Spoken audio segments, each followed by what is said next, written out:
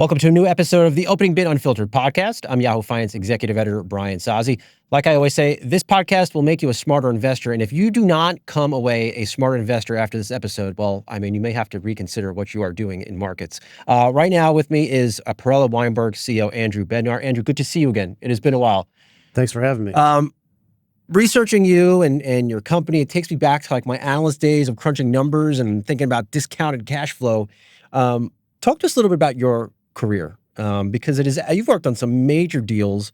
Have you had any time to reflect at this point, or you're still like, oh my God, I need to get that next deal done? Yeah, thank you, Brian. Yeah, we're still very much heads down. I don't spend a lot of time reflecting too much on my own career. I think about more where we've come as a firm.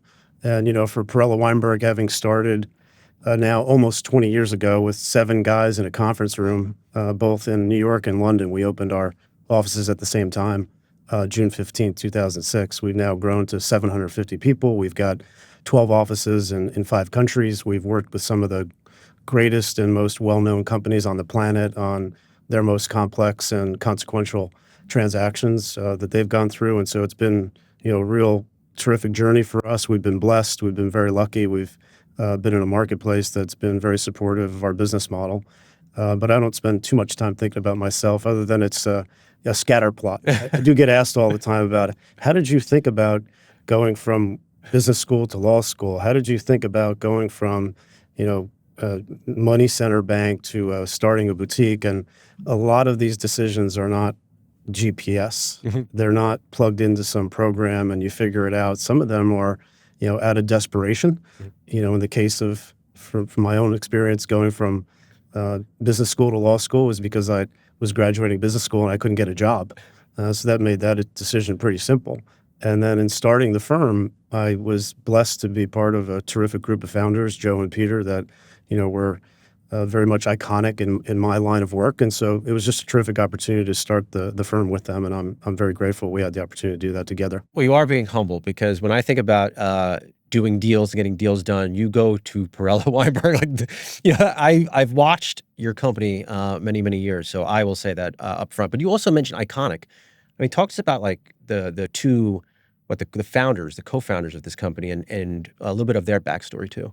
Yeah, look, Joe Perella is again a godfather of the modern day M&A business, and I think has had an incredible career that spanned 45 plus years. And he decided when he was 65 to start this firm with Peter Weinberg. Mm-hmm. And the way the firm came together, it sort of has 2 strands of DNA, as I call it. It has a Morgan Stanley strand of DNA and a Goldman Sachs strand of DNA. And Peter and I were part of the Goldman Sachs strand. How are they different? Well, I think they're similar in that they put clients first. They're similar in that they're incredibly humble. They're similar in that they've just always worked doggedly for others, and that's sort of the nature of the client service business. Like, we're not in this because we're doing it for ourselves.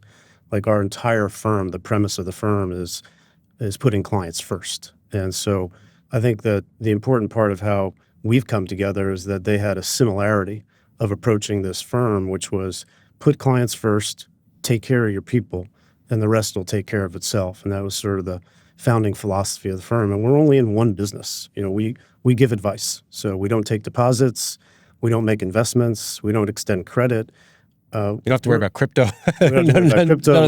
We have no hedging exposure. We don't worry about, being a regulated bank.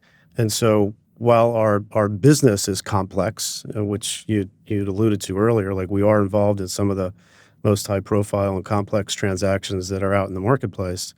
While our business is complex, our business model is incredibly simple.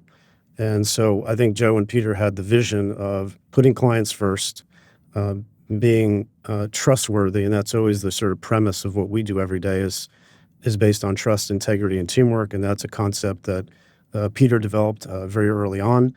We all, as partners, have a picture on our in our office of the founding principles of the partnership, and we very much live by those every day. And I thank Peter and Joe for that work. Your career, you've worked on some huge deals. I mentioned to you before you even started, the Kate Spade deal to Coach. I was still a stock analyst covering that deal. I still remember when that broke, but then also the consolidation or the sale of the New York Stock Exchange. These were like these are big, iconic transactions. Take us inside of the room. What are those days? What are those days like when a deal is announced? So I always talk about our firm really being a sports team. Like what we do, if you take a step back and fly at a high altitude, you have incredibly skilled people in our firm. They are very intense in what they do. They're very focused. They have to work on a team, but yet have to be, at the top of their game. So the individual performance matters within the broader team.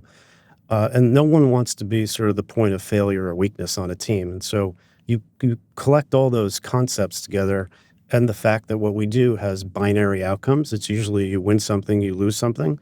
It's very much that we run a sports team. And so when we're looking at athletes, if you think about professional athletes and their cycle of intensity and then rest, recovery, reflection, get back out and do it again on Sunday, we have a similar concept at our firm. And I always focus on making sure that when you reach that moment of intensity, when these deals are getting done, that is a moment where you have to finish strong.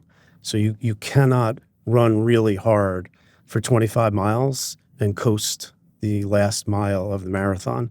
You actually have to pick it up and kick it into high gear in that last mile when it comes to a transaction, because there's so many forces brought to bear from different constituents around the boardroom to constituents on the other side of a transaction to constituents externally, whether it be shareholders or it could be regulators, could be politicians, could be labor unions. You just have a very broad range of stakeholders in all the transactions that we work on. So our teams go through an enormous amount of intense interaction with their teams and with counterparties. But it's really important when those deals get announced.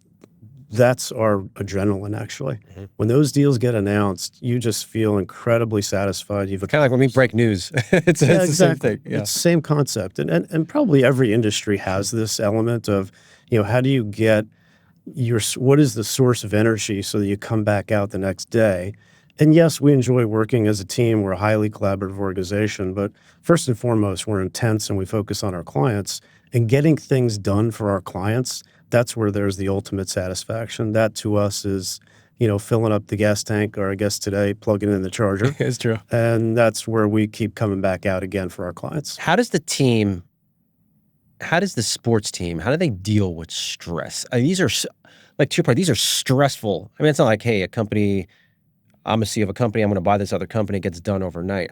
The stress it's immense. What's their outlet?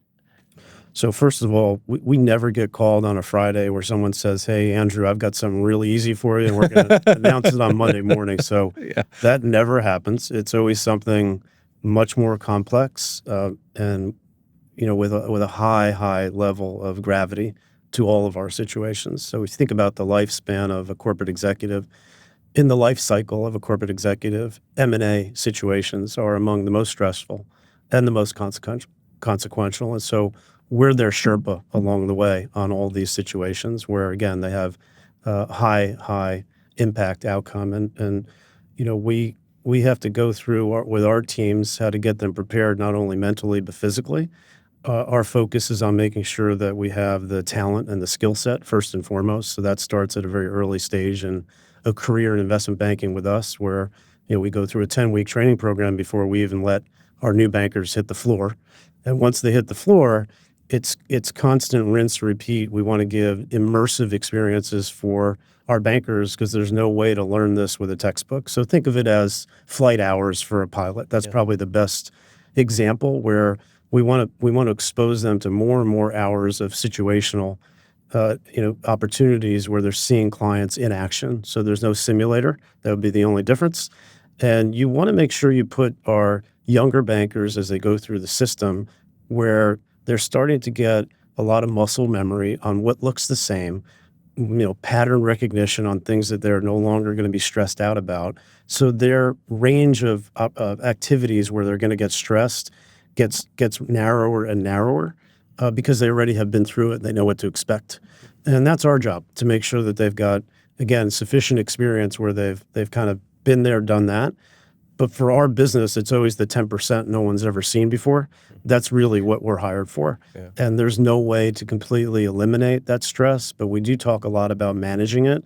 And especially, it's almost like the principles of energy. Like if you're not transforming it, if you're not transforming stress, all you're doing is transmitting it. So we try to help our teams understand, their stress footprint.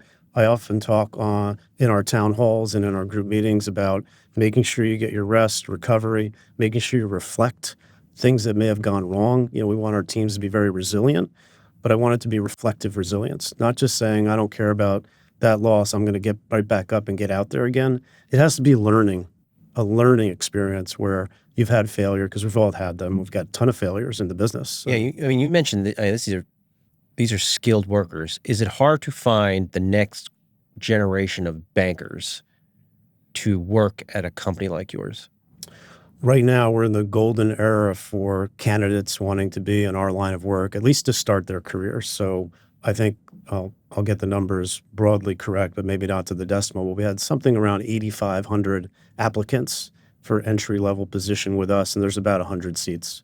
That's for this year? That's for this coming year. Actually, Wow. The way we'll recruit in the coming couple of months for our class of 27 summer. Mm. And then after the 27 summer, we'll decide on offers for the 28 start. So we're always a couple of years ahead in thinking about our workforce management, and we're a growing firm, and so we have to think through, our headcount and what our needs are going to be 3-4 years out. Mm. It's not a spot market for us. We have to really think about people who are going to enter our system and be there for a couple of years. All right, hang with us, Andrew. We're going to go off for a quick break. We'll be right back on Opening Bid Unfiltered.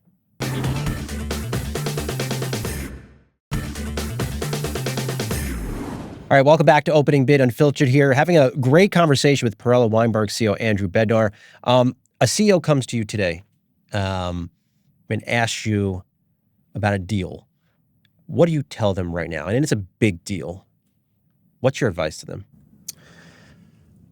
Well, that depends, obviously, on the company, the situation of the company. But I think what you're asking is first, what's the environment like? Correct. Like, are we in an environment where deals are well received, or are they not well received? And through my career, 31 years, we've had markets for sure where the receptivity to transactions was lower and the degree of difficulty in getting them done was higher. I would say today we've got the equivalent of, perfect ski conditions. So if you think about the three biggest factors in driving M&A, we've got a very strong equities market, we've got a strong credit market, and we've got a very accommodative regulatory regime in Washington. So those three components, I think, come together and create very, very favorable conditions for more transaction activity. And I think what that does is then gives CEOs a lot more conviction. Because don't forget, we're in a business that's not a prediction market. We're in the business where it's a conviction market. So it's not as though you're putting on a stock trade or taking a position on a binary outcome. You're actually going to have to make a long-term decision where it's not so easy to get out if you're wrong. So unlike stock trades, you can kind of get out quickly. This is more like building a house. And once you get in and spend a little bit of time there, if you want to sell it, it's going to take time. It's not as liquid, and there's consequences to that decision. So CEOs need a lot of conviction to get these things done. But we always ask with our clients, because we're less transactional in how we approach our client relationships. We're there with our clients through thick and thin. A lot of things that we do for clients are behind the scenes and not related to a specific transaction, but we are helping them on their most complex strategic and financial challenges. And sometimes that does lead to transactions. And the first question we ask is, what are we solving for? Mm-hmm. So what is our CEO focused on? Sometimes the CEO is focused on growth. Sometimes they don't like their evaluation. Sometimes they feel threatened by a market or a technology. Sometimes they're under indexed to a certain aspect of their business.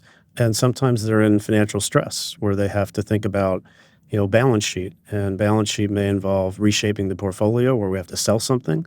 It may involve a merger, or it may involve new capital coming into the system in the form of equity or hybrid or a debt security. So we cover that entire range of services for our clients. So really, again, my initial answer, now I've gone on very long, but my initial answer was it depends. Does the CEO, do they want to pull the trigger on a big deal next year? Or we're still living that environment where the CEO may want to pull a trigger on something, let's say, in the $5 billion to $10 billion range?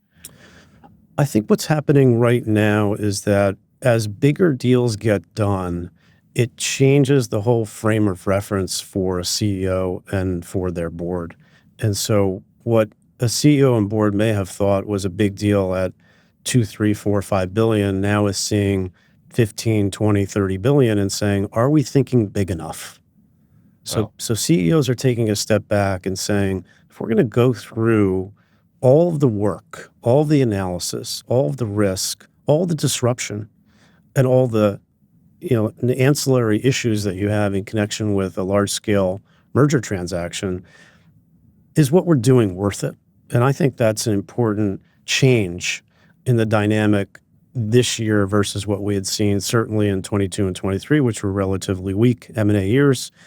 24 was a good recovery M&A year, and 25, as I said earlier, it's a spectacular year, and the conditions are very, very ripe for, I think, continued large deal activity. But just to keep it in perspective, there are thousands of M&A transactions a year, and there's about 70, 70, that's it, 70 above 10 billion. But when you start seeing, what was last year 30 or 35, and now that cohort of transactions is double. Every CEO that we're talking to is asking the question, like, are we thinking big enough? And I think that's a very important change as we head into 26, where I think those conditions I mentioned earlier, equity markets, credit markets, and regulatory regime, I think all of those stay in place for 26. Is, not to ask the canned AI question, but is the AI going to force the hand of CEOs to pull the trigger on these big deals like you're talking about, just because this is such a disruptive technology?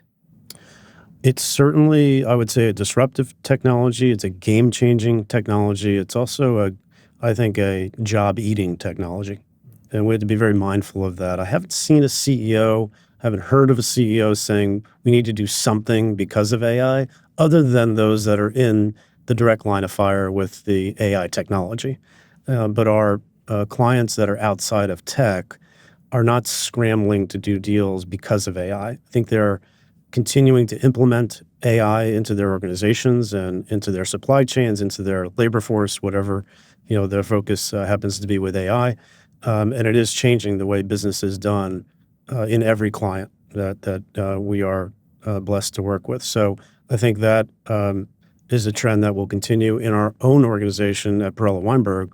We are implementing AI. We have, I would say, 3 phases of that. The first was really just to give all of our teammates an AI assistant, which seems simple, but we can't take it off the shelf because, number one, we're a highly regulated business, so it's not so easy to just put these things in the field. Secondly, we're insanely focused on confidentiality. Of course. And so we just can't afford any little hiccup, not even, a gnat's eyelash off the mark on confidentiality. So when our IT team told me that we can now solve for that, then we allowed it into the field. And now we're in the second stage, which is really efficiency. And so we're training the AI assistants now to be much more finance savvy and to be much more responsive to the things that we need as financial professionals. And then the last stage will be productivity, which I think we're still quite a bit of ways off from, where it could actually help us with some idea generation and with thinking, around the corner with our clients. But right now we do no work that is client facing for our AI technology. We do nothing that faces the client. I'm just not comfortable with it yet. For 2026, where do you think the big deal could happen? I almost feel like people have forgotten about industrial companies. Yeah. I mean, we've been so focused on these big 7 magnificent tech companies and what they are doing or not doing. There's 493 other companies out there. A lot of them are great industrials. They generate a lot of cash, and they're trading at multiples well below the Mag 7. I mean, there has to be value. And from an industrial perspective, and there might be an opportunity for even carve-outs because their company's not being valued properly in this crazy market. Yeah. I mean, everybody focuses because of the natural concentration of the S&P and the Mag 7, but you have 150 companies. They're actually over 100 billion in the S&P 500. A lot of them are industrial companies. So I think you're spot on that there's consolidation opportunities within that market, but also even below $100 billion companies. Then you have several hundred that are actually going to be above 5 and 10 billion. that have tremendous opportunities for consolidation. So the old business of things that you can kick and throw in industrial America and in global industrial businesses, I think those are ripe for continued M&A activity, and we see that opportunity. I think you're going to see more in tech. I think you'll see more in healthcare, and I think you'll see more in energy. And those are the typical triumvirate of M&A activity has been around those three. But also, you've seen a lot of activity in financials. You again have an accommodative regulatory regime for bank consolidation, certainly at the regional level that's happening. So I think in the 26, 27 timeframe, you're likely to continue to see broad-based consolidation. I couldn't tell you right now that I favor any one market. I think they're all very active. Last one here. How do you deal with having tough conversations with CEOs? CEOs, they're hard chargers. They don't get these positions by some grace. I mean, they climb the corporate ladder. How do you deal with them maybe not agreeing with your assessment? How do you have those tough conversations? So I think first and foremost, we're really good listeners. And part of that is listening to what's being said, but also what's not being said. And I think also being able to zoom out and fly at a high altitude and maybe see, some of the landscape that is going to be helpful for our CEOs to appreciate.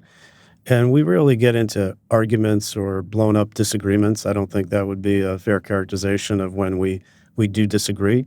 But one of the things we always tell our clients up front is that, we're not here as a rubber stamp. You hire us because you want our opinion. We always give you an honest opinion. It's always based on our expertise and our experience. And so we come with a lot of credibility to, be that Sherpa that takes you through a really complex transaction. And sometimes CEOs will say, look, I understand that, and I'm going to move in a different direction. But they do that knowing that we fully inform them. And I think if we've fully informed, I think we've done our job. We can't always expect for the CEOs to follow exactly our advice. But I think that over long periods of time, when you're building these relationships over 10, 20, 30 years, there is an element of trust. And it's like any relationship. You're not just supporting each other by saying yes, yes, yes all the time. So if you think about a client relationship, like any of your other relationships, you're going to have moments of disagreement and differences of opinion. And we hope to bring our perspectives to bear so that at least they're understood. I hope you have not missed doing any mega deals in the 30 minutes we've been doing this. It feels like I'm keeping you away from closing something or doing something. Andrew, good to see you again. I appreciate it. Andrew Bednar, Perella Weinberg, CEO. Appreciate it. Thank you. All right, and that is it for the latest episode of Opening Bid Unfiltered. Like I always say, keep those comments coming in there on YouTube and all the love on all the podcast platforms. Love to hear from you. It makes me better at doing these interviews. Talk to you soon.